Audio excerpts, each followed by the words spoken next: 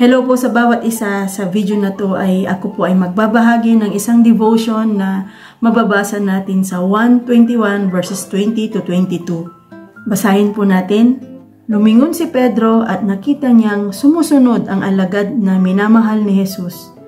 Ang siyang humilig sa dibdib ni Jesus nang sila'y naghahapunan at nagtanong, Panginoon, sino po ang magkakanulo sa inyo? Nang makita siya ni Pedro ay tinanong nito si Jesus, Panginoon, paano po naman ang taong ito? Sumagot si Jesus, Kung nais kong mabuhay siya hanggang sa pagbabalik ko, ano sa iyo? Sumunod ka sa akin. Kung ating iintindihin ang pag-uusap ng Panginoong Hesukristo at ni Pedro ay tila sinasabi niya sa kanya na huwag kang mausisa sa buhay ng iba. Intindihin mo kung ano yung pinapagawa sa iyo ng Diyos. Intindihin mo kung ano yung kalooban ng Diyos sa iyo.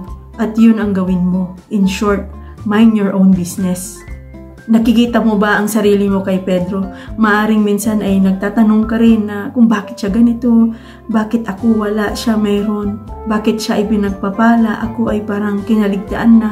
Mga katanungan, mga pagpupuna, mga pagkukumpara sa iba na kung hindi natin mabantayan ay tutungo ito sa pagkainggit sa iba.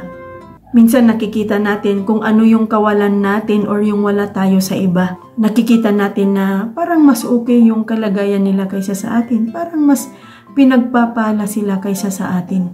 Pero pareho naman tayong nagtatrabaho. Pareho naman tayong lumalaban sa buhay. Pareho naman tayong nagtitiwala sa isang Diyos.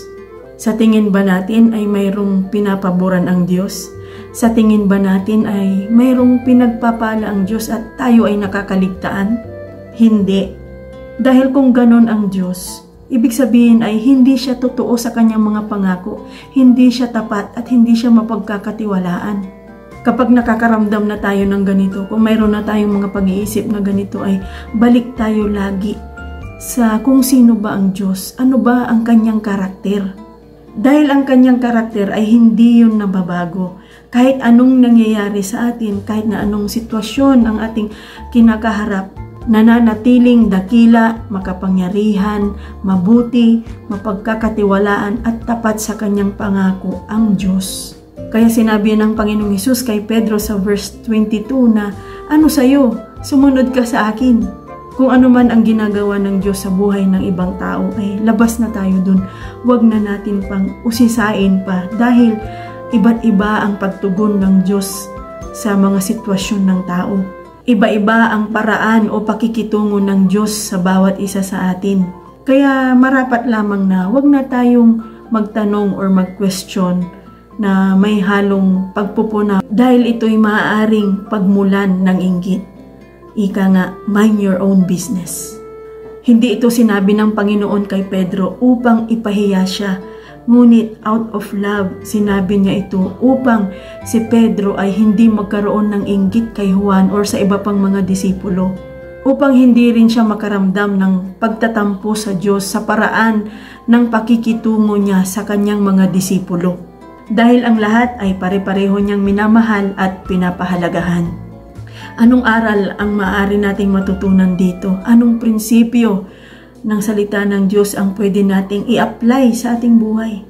Maging abala tayo sa pagsagawa ng anumang nais or kalooban ng Diyos sa atin. Maging abala tayo sa paglilingkod sa Diyos ng may kagalakan.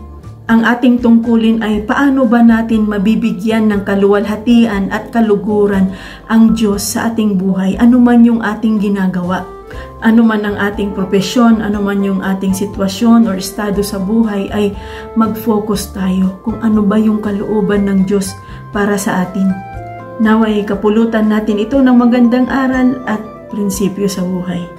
Maraming salamat. Hanggang sa muli at God bless you.